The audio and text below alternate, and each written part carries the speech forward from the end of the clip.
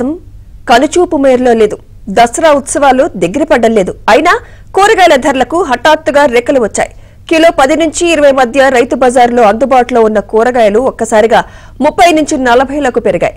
రైతు బజార్లలోని కూరగాయల ధరలే మండిపోతుంటే బయటి మార్కెట్లో ఈ ధరలు 70 నుంచి 80 వరకు ఉన్నాయి.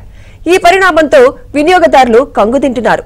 కొద్ది రోజుల క్రితం వరకు సాధారణ స్థితిలో ఉన్న కూరగాయల ధరల్లో ఎందుకు పెరుగుదల వచ్చిందో వారికి అర్థం కావడం లేదు.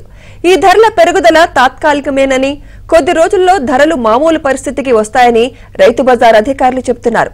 ఈ పరిస్థితికి రైతులు ఒక కారణం చెప్తుంటే అధికారులు మరికొన్ని కారణాలు చెబుతున్నారు.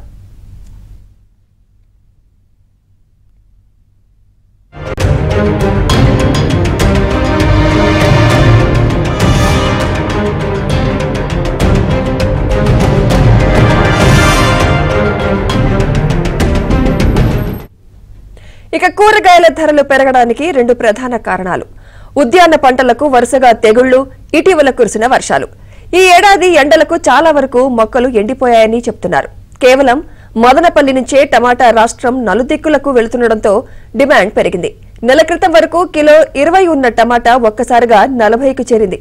ఇక బయట మార్కెట్లో ఈ ధర 70 నుంచి 80 ఉంది.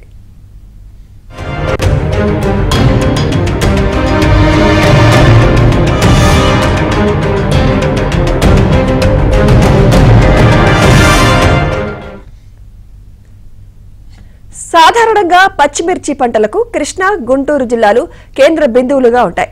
ఈ 2 జిల్లాలో పంట పూర్తవడంతో పచ్చిమిర్చిని కడప నుంచి దిగుమతి చేసుకోవాల్సిన పరిస్థితి వచ్చింది. రాష్ట్రం మొత్తానికి కడప నుంచే సరుకు సరఫరా అవుతోంది. ఇక బీన్స్, క్యారెట్ మాత్రం ప్రతిసారి హైదరాబాద్, బెంగళూరు నుంచి దిగుమతి అవుతాయి. ఉమ్మడి కృష్ణా, గుంటూరు జిల్లాలు ఉద్యాన పంటలను ఎక్కువగా సాగు చేస్తుంటాయి.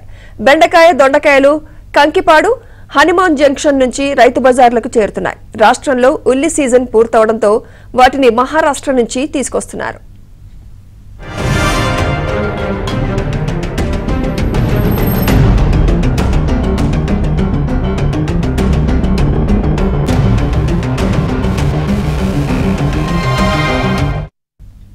తాజా కూరగాయల్లో రాజాగా ఉండే వంకాయ ఇప్పుడు ధరలోనూ అదే విధంగా ఉంది.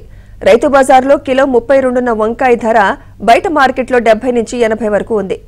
వంగ పంటకు తెగుళ్లు ఎక్కువగా వచ్చాయని రైతులు చెబుతున్నారు. ఉష్ణోగ్రతలు అధికంగా ఉండడంతో మొక్కలు ఎండిపోయాయి. ఈ పరిస్థితి వర్షాలు కురిసే వరకు ఉంటుందని, తర్వాత పరిస్థితి సాధారణ స్థితికి వస్తుందని రైతు బజార్ల అధికారులు చెబుతున్నారు.